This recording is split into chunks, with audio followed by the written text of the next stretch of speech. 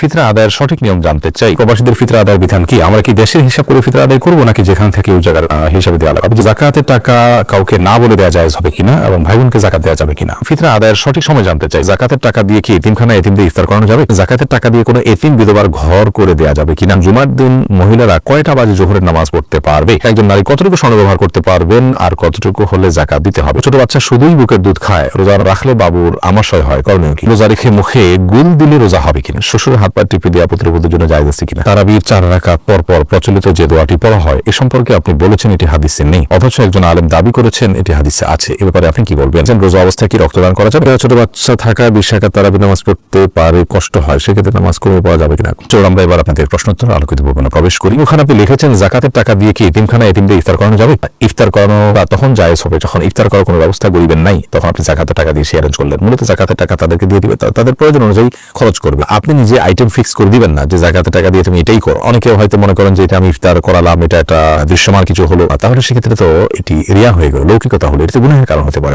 আমাদের সাবধান থাকতে হবে। দাদি নানি আইডি থেকে আপনি লিখেছেন জাকাতের টাকা দিয়ে কোনো এতিম বিধবার ঘর করে দেওয়া যাবে কিনা? জাকাতের টাকা দিয়ে ইয়েতিম অথবা কোনো বিধবাকে আপনি ঘর করে দিতে পারেন যদি তারা জাকাতের হকদার হয়। এতিম হলেই যে জাকাতের হকদার হবে এমনটি কিন্তু আবশ্যক নয়, বিধবা হলেই যে জাকাতের হকদার হবে এমনটি কিন্তু আবশ্যক নয়। একজন ভদ্র মহিলা, তার স্বামী মারা গেছেন, তিনি বিধবা হয়েছেন, কিন্তু তার এত সম্পদ আছে যেটা দিয়ে চলতে পারে, তাহলে সেক্ষেত্রে তিনি জাকাতের হকদার নন। এতিমের ক্ষেত্রে একই কথা প্রযোজ্য। যাই হোক, এতিম বা বিধবা যদি জাকাতের হকদার হয়, তাদের যে সম্পদ আছে বা উপার্জন হয় তা দিয়ে তাদের সংসার চলতে কষ্ট হয়, এরকম যদি হয় তাহলে সেক্ষেত্রে আপনি তাদেরকে জাকাতের টাকা দিতে পারেন। জাকাতের টাকা না দিয়ে তাদের ঘরের নিড থাকে, যে তাদের নিরাপদে থাকার মতো কোনো ঘর নেই, সে প্রয়োজন থাকে এবং টাকা দিলে তারা হয়তো নষ্ট করে ফেলবে, আপনি তত্ত্বাবধান করে তাদের হয়ে ঘর নির্মাণ করে দিলে জাকাতের টাকা দিয়ে এটা জায়েজ হবে।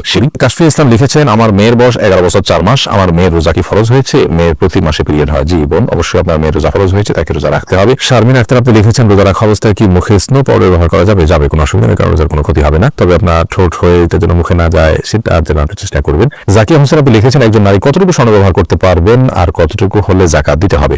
দেখুন, ব্যবহারের স্বর্ণে জাকাত দিতে হবে, এটাই অধিকতর শক্তিশালী মত। যদি অনেক ওলামা ইকরাম বলেছেন ব্যবহারের স্বর্ণে জাকাত দিতে হবে না। অতএব আপনি কতটুকু স্বর্ণ ব্যবহার করছেন এটি ইস্যু নয়, আপনি যতটুকু স্বর্ণ ব্যবহার করছেন নেশাবে পড়ছে কিনা, নেশাবে পড়লে আপনাকে জাকাত দিতে হবে, সেটা কম হোক আর বেশি হোক, যদি নেশাবে হয় আপনাকে জাকাত দিতে হবে। শিবলু আইডি থেকে আপনি লিখেছেন রোজা রেখে মুখে গুল দিলে রোজা হবে কিনা? ভাই শিবলু, সাধারণত গুল খেয়ে থাকেন বা মুখে নিয়ে থাকেন, আমরা দেখি তারা মুখের এক পাশে দিয়ে দীর্ঘ সময়টাকে ফেলে রাখেন। তো মুখের এক পাশে গুল দিয়ে যদি ফেলে রাখেন তো তোর সাথে সেই গুল আপনার পেটে যাবে, একটু হলেও যাবে, অল্প হলেও যাবে, সেই সম্ভাবনা খুবই স্বাভাবিক, যার কারণে এটি জায়েজ হবে না। রোজা রেখে এটি করলে রোজা ভঙ্গ হতে পারে, রোজা ভঙ্গ হবে। আপনি লিখেছেন শ্বশুর হাত পা টিপে দেওয়া পুত্রবধূর জন্য জায়েজ আছে কিনা? এটা করা উচিত নয়, কারণ হলো শ্বশুর তার হাত পা যদি পুত্রবধূ টিপেন তাহলে সেক্ষেত্রে মানে কল্পনার জেনার দুয়ার উন্মুক্ত অন্তত হতে পারে, কমপক্ষে এতটুকু হওয়ার সম্ভাবনা আছে, যার কারণে গুনাহের দ্বার পর্যন্ত বন্ধ করতে হয়, এটাকে সাদ্দু জারায়া বলা হয়। তো যার কারণে এটা জায়েজ নয়। পুত্রবধূ শ্বশুর অন্য সেবা করবেন, তবে হ্যাঁ শ্বশুর অনেক বৃদ্ধ, এত বৃদ্ধ যে এ ধরনের কোনো আশঙ্কা নাই, তাহলে সেক্ষেত্রে এটি করা যেতে পারে যদি একান্ত নিরুপায় থাকে, অন্য কেউ না থাকেন এবং এটা যদি খুব বেশি জরুরি হয়, অর্থাৎ অনেকগুলো শর্তের উপর ভিত্তি করে। সিদ্দিকা ছোট বাচ্চা থাকা 20 রাকাত তারাবি নামাজ পড়তে পারে, কষ্ট হয়, সেক্ষেত্রে নামাজ কমে পাওয়া যাবে কিনা? কখন আপনি অসুবিধা হলো কম পড়লেন, কোনো অসুবিধা নেই। নফল যেহেতু এটা আপনার অসুবিধার কারণে আপনি একটু কম পড়লেন বা ভেঙে পড়লেন, এই সুযোগগুলো কিন্তু আছে। হাবিবা আইরিন আপনি লিখেছেন জুমার দিন মহিলারা কয়টা বাজে জোহরের নামাজ পড়তে পারবে?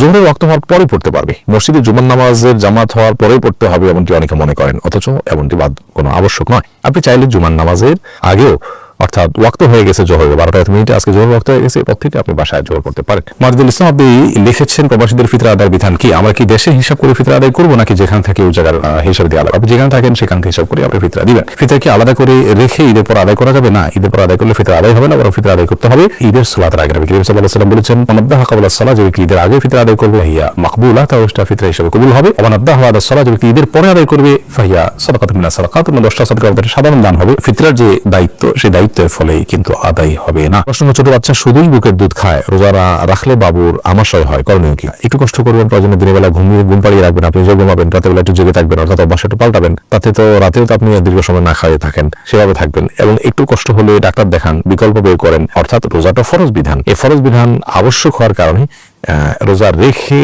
অন্যান্যগুলোকে কিভাবে ওভারকাম করা যায় সেই চেষ্টাটা আমাদের থাকতে হবে। রফিক আহমদ আপনি লিখেছেন তারাবির 4 রাকাত পর পর প্রচলিত যে দোয়াটি পড়া হয় এ সম্পর্কে আপনি বলেছেন এটি হাদিসে নেই, অথচ একজন আলেম দাবি করেছেন এটি হাদিসে আছে। এ ব্যাপারে আপনি কি বলবেন? ভাই রফিক আহমদ, দুঃখজনক যে কথাগুলো ভালো করে অনেকে না শুনেই মন্তব্য করেন, আবার অনেকে শুনেও সেটাকে বিকৃত করেন। আমরা বলেছি তারাবির নামাজে 4 রাকাত পরপর যে দোয়া আমাদের দেশে পড়া হয়ে থাকে সুবহানাল মুলক ওয়াল মালাকুতে শেষ পর্যন্ত, এই দোয়া 4 রাকাত পর, তারাবির পরে 4 রাকাত পরপর এই দোয়া পড়ার কথা হাদিসে নেই। আবারও বলছি, তারাবির 4 রাকাত পরপর এই দোয়া পড়ার কথা কোনো হাদিসে নেই, কোনো জাল হাদিসেও নেই। আবারও বলছি, তারাবির নামাজের 4 রাকাত পরপর এই দোয়া পড়ার কথা কোনো হাদিসে নেই। এই দোয়ার বিভিন্নভাবে এসেছে রুকুর তাসবিহ হিসেবে, সুবহানাল মালাকুতি ওয়াল জাবারুতি। রুকুতে নবী করিম সাল্লাল্লাহু আলাইহি ওয়াসাল্লাম সুবহানাল আযীমের জায়গায় আপনার এই তাসবিহ পাঠ করতেন, এই দোয়া পাঠ করতেন। তো রুকুর তাসবিহকে এনে যদি আপনি 4 রাকাত পরপর যে আমরা বৈঠক করে থাকি, বসে থাকি আরামের জন্য, রেস্টের জন্য, সেই জায়গায় আপনি সেট করেন, তার জন্য আপনার তো প্রুফ লাগবে। যেটা রুকুতে করতে বলা হচ্ছে সেটা আপনি এখানে করছেন, তার ভিত্তিটা কি? সেখানে আমি বলেছি যে কোনো হাদিসের ভিত্তি নেই। তো সেই মর্মে যদি কোনো হাদিস থাকে যে হ্যাঁ তারাবির পর 4 রাকাত পরপর এই দোয়া পড়ার কথা বলা হচ্ছে, তাহলে সেটা উপস্থাপন করা যেতে পারে। এরকম কোনো হাদিস তো নেই। ফতোয়া শামীতে আছে, ফতোয়া শামীতে থাকার মানে তো হাদিস নয়। ফতোয়া শামী তো ফতোয়ার কিতাব। ফতোয়ার কিতাবে যদি কোনো কথা থাকে, কোনো আমলকে সুন্নাহ বলা হয় কথার কথা, কিন্তু হাদিসে তার কোনো প্রুফ না থাকে, তাহলে এটাকে আমরা সুন্নাহ বলতে পারি না।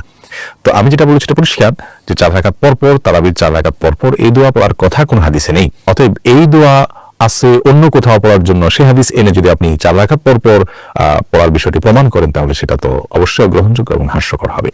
আশা করি বিষয়টি পরিষ্কার হয়েছে। জাকাতের টাকা কাউকে না বলে দেওয়া জায়েজ হবে কিনা এবং ভাই বোনকে জাকাত দেওয়া যাবে কিনা? ভাই বোন যদি প্রাপ্তবয়স্ক হয়ে থাকে, অভাবী থাকে, জাকাতের হকদার থাকে, তাদেরকে অবশ্যই জাকাতের টাকা দেওয়া যাবে। জাকাতের টাকা দিয়ে স্বাবলম্বী করে দেওয়া যাবে এবং জাকাতের টাকা দেওয়ার সময় জাকাত যিনি নিচ্ছেন তাকে না বলেও দেওয়া যাবে। আপনি নিয়ত করলেন জাকাত দিচ্ছেন, তাকে বললেন যেটা আপনি খরচ করেন, আপনি নিয়ত করলেন জাকাত থেকে দিচ্ছেন, এটা যথেষ্ট হবে। তাকে বলে দেওয়াটা এটা আবশ্যক কোনো বিষয় নয়। আপনি লিখেছেন ফিতরা আদায়ের সঠিক নিয়ম জানতে চাই, সঠিক সময় জানতে চাই। ফিতরা আদায়ের সঠিক সময় হলো চাঁদ উঠেছে শাওয়াল মাসের, অর্থাৎ ঈদের চাঁদ উঠেছে তখন থেকে নিয়ে ঈদের নামাজের আগ পর্যন্ত, এই টাইমটার মধ্যে, রাতের মধ্যে, সকালের আগে আগে আপনি গরিবের কাছে পৌঁছাবেন। এটা হলো ফিতরা আদায়ের মূল টাইম। এই সময়ের মধ্যে এত অল্প সময়, শর্ট টাইমে ফিতরা আদায় করা যদি কঠিন হয় মনে হয়, তাহলে 2-1 দিন আগেও ফিতরা আদায় করাকে জায়েজ বলেছেন ফুকাহায়ে কেরাম। তবে কোন অবস্থাতেই ঈদের নামাজের পরে আদায় করলে সেটি জায়েজ হবে না, যেহেতু হাদিসে সুস্পষ্টভাবে ব্যাপারে বক্তব্য রয়েছে। নবী সাল্লাল্লাহু আলাইহি ওয়াসাল্লাম বলেছেন, ফামান আদাহা ক্বাবলাল সালাহ, যে ব্যক্তি ঈদের নামাজের আগে ফিতরা আদায় করলো, ফাহিয়া মাকবুলাহ, তাহলে সেটি ফিতরা হিসেবে আল্লাহর কাছে গ্রহণযোগ্য হবে ইনশাআল্লাহ।